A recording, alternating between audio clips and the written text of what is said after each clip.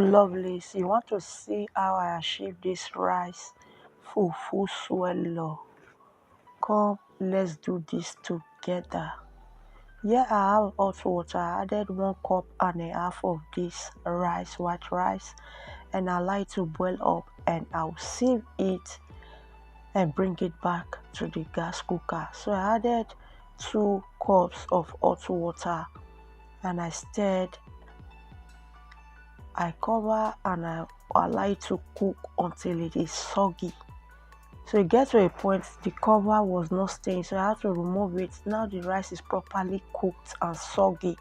So what I did, I added a lot of sauce.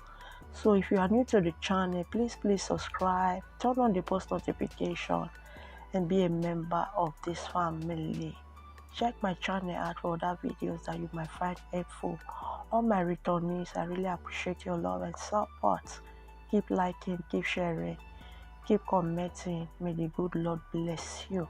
So what I did, I added first when I was turning it to achieve that smooth texture of fufu. So this recipe, guys, I saw it in another channel and I said, let me give it a try. So I tried it. It really came out nice. So if you are tired of pounded yam, this is another recipe for you.